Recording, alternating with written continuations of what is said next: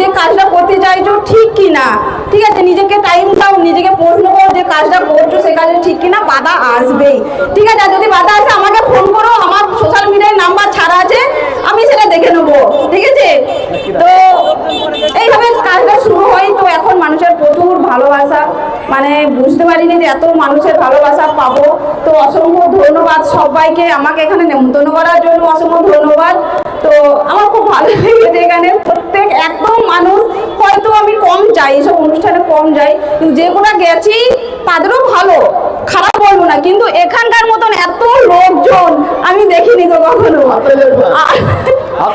আমি মানে হয়তো গুছিয়ে কথা বলতে পারি না, ঠিক আছে, মানে এইসব নতুন তো হয়তো আস্তে আস্তে ঠিক হয়ে যাবে, গুছিয়ে কথা বলতে পারি না। যদি কিছু ভুল করে থাকি সবাইকে মানে ক্ষমা চাইছি আমি সকলের কাছ থেকে।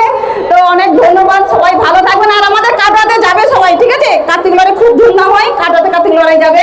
আর আমি সামনে বছর যদি অনুষ্ঠান করে আমি আবার আসবো, নিমন্ত্রণ না করলেও আসবো, চিন্তা নাই।